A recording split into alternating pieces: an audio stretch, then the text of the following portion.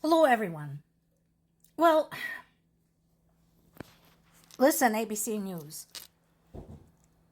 Keen eye for the obvious? This is not news, though.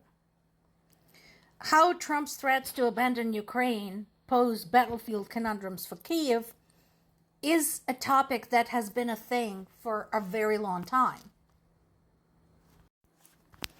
So, the whole thing revolves around the fact that Trump could not deliver on one of his major campaign promises and end the war in 24 hours, his words, possibly within his first day in office, also his words. So, fuck it. And he had the goal to compare this to just some playground brawl between kids, where in fact it is a brutal invasion, unprovoked, of one country by another country. So, here is the thing. It is true that there is a problem with U.S. aid to Ukraine. It already was not reliable. It had cost actual lives back in 2024 when the Congress sat on its ass for 6 months, deciding what to do, holding Ukrainian people hostage to their political preferences. Now, on the other hand, the member of Ukraine's parliament, Mereshko, said, will the situation be harder for us? Yes. Are we going to stop? No.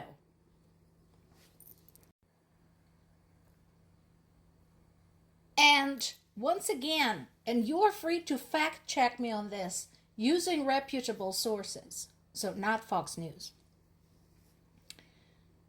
While it is true that U.S. is one of the biggest suppliers of aid to Ukraine, it is actually not the biggest. The biggest is the European Union. Also, when you take percentage of the GDP, U.S. is also not the biggest. So, that is understood. And I'm sure it's also been understood that U.S. is a loose cannon, dependent on who is at the White House.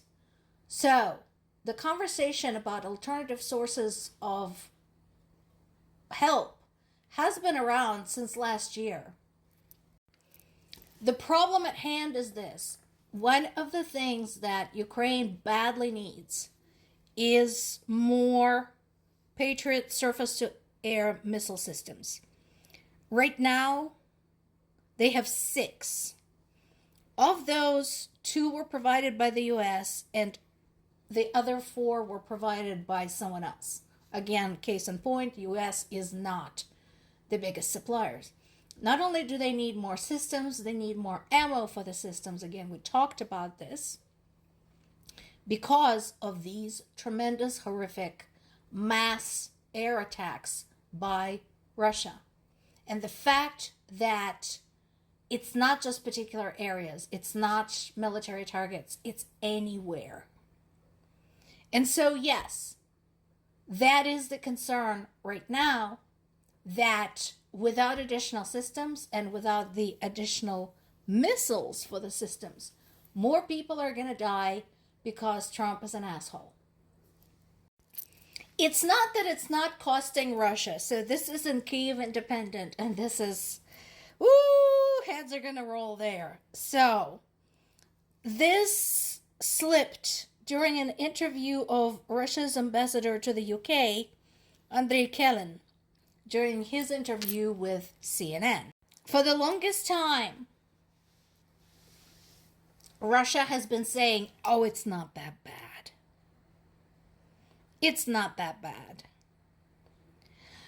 But on one hand, so Kelin dismissed the 1 million casualty number that other sources are agreeing on. So this is not just Ukraine saying this, that they are hitting 1 million. It's other sources of intelligence Ukraine has been collaborating with to have more than one data point. So France and the UK have been the most active ones in that. But what he also let slip is the daily losses. And when you add up the daily losses and the monthly losses, they add up closer to 1 million than the underrepresenting 600,000 that Russia is agreeing to officially report.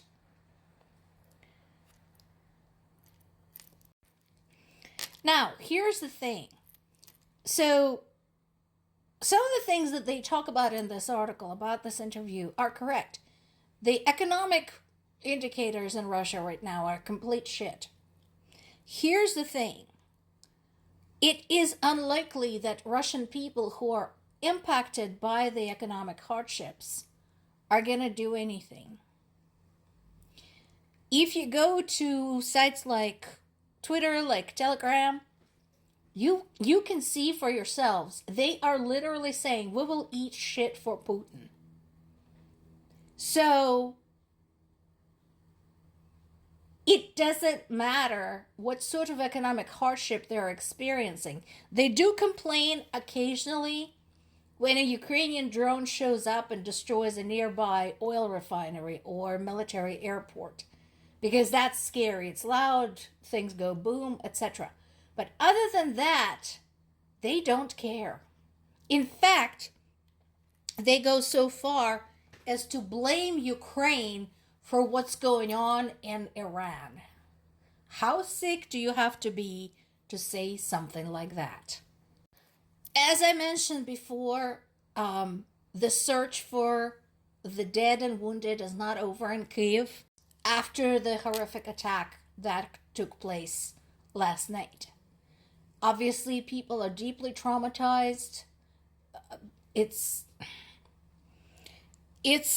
a wealth of tragedies and the wealth of fear associated with the unknown, because some of these people don't know yet whether their loved ones are dead or alive. The rescue workers continue working around the clock. So far, the patients from the attack brought to one of the hospitals in Kyiv range from 18 to 95 years old. And once again, I want to remind everybody that Russia said that they were aiming at military targets, and they have hit all of them.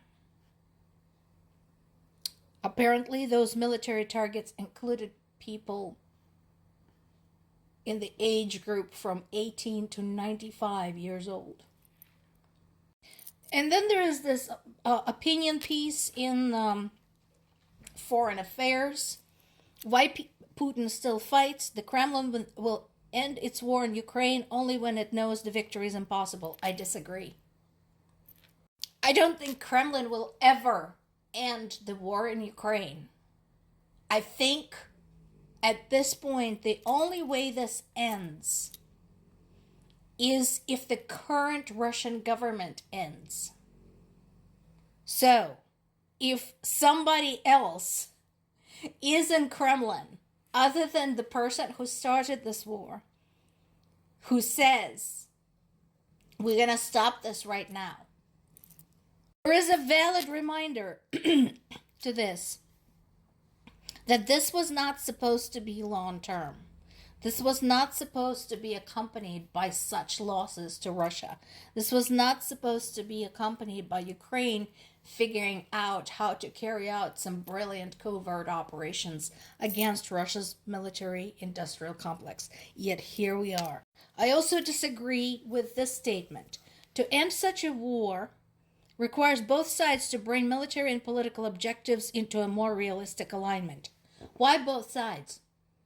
Ukraine's objectives are just fine. We want to keep our country. Leave us the fuck alone. How is that not reasonable? They just want to be, like any sovereign state, allowed to determine their own political and economic path into the future. They want their neighbor to go home and stop badgering them. No, only one country needs more realistic alignment.